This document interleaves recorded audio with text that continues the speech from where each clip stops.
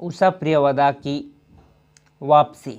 वापसी के लेखक है उषा प्रियवदा। इनकी प्रमुख पात्र है गजाधर बाबू। गजाधर बाबू जो कि रेलवे में नौकरी किया करते थे, वह घर वापसी होती है उनकी रेलवे से रिटायर होके, जिसमें होने वाली उनकी दैनिक जीवन में घटना को इस कहानी में दिखाया गया है। तो वापसी कहानी के मुख्य पात्र गजाधर बाबू हैं, उनकी पत्नी है तथा पुत्र। पुत्र का नाम है अमर नरेश, पुत्री है कांति और बसंती। पुत्रों तथा बड़े बेटी की शादी हुई है। गणेश जी एक पात्र है जो कि गजाधर बाबू जिस समय नौकरी करते थे उस समय उसका क्वार्टर का एक नौकर था। उसके बाद गजाधर बाबू रानीपुर रेलवे स्टेशन में स्टेशन मास्टर थे। उन्होंने 35 वर्ष नौकरी की थी और रिटायर होके वह अपने घर आते हैं और उस समय से ही कहानी स्टार्ट होती है। कहानी वापसी कहानी स्टार्ट होती है। इस कहानी में आज़ादी के बाद देश की मध्य वर्गीय परिवार जो कि गजाधर बाबू के परिवार में थे, परिवार में आए संबंधों की बिखराव का चरित्र किया गया है। यहाँ बताया गया है कि कैसे एक आदमी घर में नौकरी से रिटायर होकर आता है तो वह विवश हो जाता है। कहानी की समीक्षा हम लोग निम्न प्रकार से करते हैं। पहला प्रकार में देते हैं कथा वस्तु। इसमें मध्यम वर्गीय परिवार की कहानी है जो कि गजाधर बाबू रेलवे में नौकरी करके घर आते हैं तो उनको इज्जत नहीं दी जाती है, उन्हें बार बार तिरस्कारा जाता है, बेइज्जती किया जाता है। गजाधर बाबू तथा उसकी पत्नी और 2 पुत्र 2 पुतों तथा एक अविवाहित बेटी थी।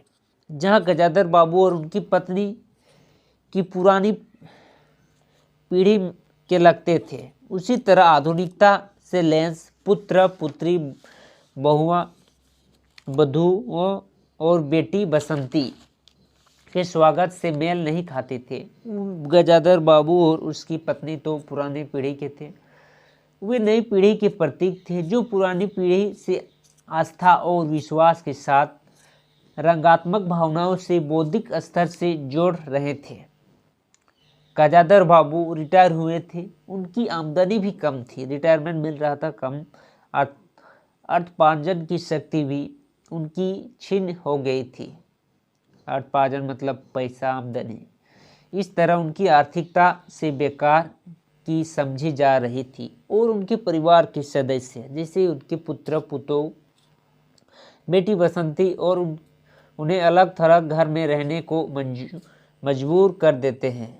जिस समय वह आते हैं उस समय वह देखते हैं कि उनका ना तो कोई रहने के लिए खाट है ना कोई रूम है, तो उसे गजाधर बाबू को एक अलग घर दिया जाता है। किसी तरह उनके लिए सामान सामग्री का अच्छा से व्यवस्था किया जाता है किसी तरह। उसके बाद वह उसी में ही शांति से रहना चाहता है।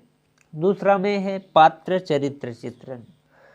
पात्र चरित्र चित्रण उनके संवादों से जान पड़ता है तथा उनमें कर्म भी उनके चरित्र पर बिंब कर रहे हैं, जिसे कभी कभी अनायास ही इस अस्थायी अनुभव करने लगते हैं। उन्हें याद आती है कि रेलवे का दिन वह कितना अच्छा दिन था जो कि गणेश जी गजाधर बाबू के नौकर उन्हें सुबह सुबह चाय नाश्ता लाया करते थे। जैसे ही सुबह हुआ वह चाय नाश्ता उनके कदमों में पहुंच जाती थी और उसे खाकर वह स्टेशन में अपना काम शुरू कर देते थे।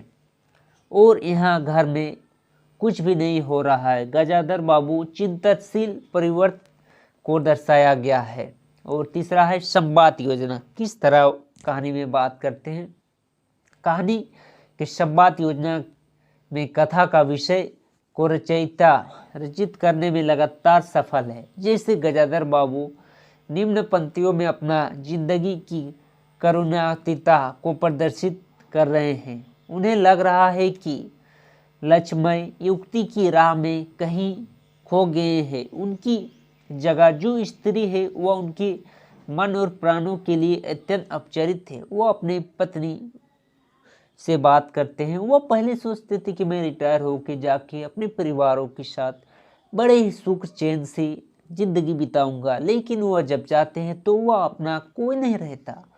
सब उन्हें इज्जत नहीं देने लगते हैं, तो उनके प्राणों में अत्यंत अपरिचित जैसा व्यवहार करते हैं। तीसरा में है देश, काल और वातावरण। कहानी अपने में मुख्य नायक गजाधर बाबू को बनाया है। इसके मुख्य नायक गजाधर बाबू है, इसी पे लिखी गई है वो आपकी कहानी। गजाधर बाबू जब अपने क्वार्टर को छोड़ने के क्रम में क्वार्टर की गतिविधियों को पुनः याद करते हैं तो नायक के प्रति कथा का विषय बोध को स्पष्ट करता है और कहानीकार भी अपनी कहानी के विषय में पाठकों की समझ से सफल हो जाता है। वो अपना देश, अपना वातावरण, अपना कार्यकाल की याद करते हैं कि कैसा वह दिन था जो हमें पूरी तरह इज्जत मिला करती थी। तो वह अपनी बीती हुई बात को याद करते हैं। अब बात करते हैं भाषा शैली। इसमें लेखक ने किस प्रकार की भाषा शैली का उपयोग किया है। भाषा शैली, इस कहानी में भाषा शैली कथा के अनुरूप है।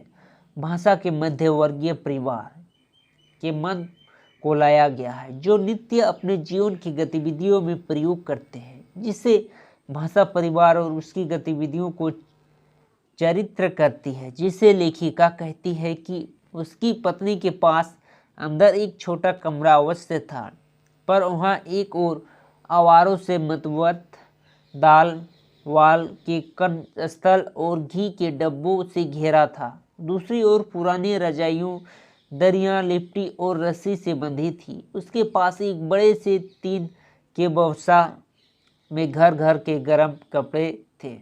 बीच में एक अलगनी बंधी हुई थी, उस पर प्रायः बसंती के कपड़े लापरवाही से पड़े रहते थे। उसके बाद गजाधर बाबू ने अपने परिवार, अपने सभी से तंग आकर एक सेठ के यहाँ चीनी के मिल में फिर से नौकरी करते हैं और अपना जिंदगी सुख चैन से जीने का प्रयास करते हैं। वह पहले वाले रेलवे वाली जिंदगी जीना चाहते थे जो उन्हें घर में नहीं मिला, और वह मजबूरन एक चीनी मिल में नौकरी करते हैं। तो इस कहानी में एक गजाधर बाबू का चरित्र चित्रण में है कि वह घर आता है, लेकिन घर में ना उन्हें इज्जत मिलती है, ना उन्हें कुछ वैल्यू मिलती है। तो वह फिर अपने पुरानी ज़िंदगी की याद में रहते हैं और अपने बेटी पुतों से उन्हें मतभेद हो जाती है। वह उसके बेटी पुतों बेटा सब नए ज़माने के थे, लेकिन गजाधर बाबू और उनकी पत्नी पुराने ज़मानों की संस्कृति सभ्यता से परिपूर्ण थे, जिसमें उसमें बनती नहीं थी। तो इस कहानी में ऐसा हम लोग समीक्षा कर सकते हैं गजाधर बाबू के बारे में।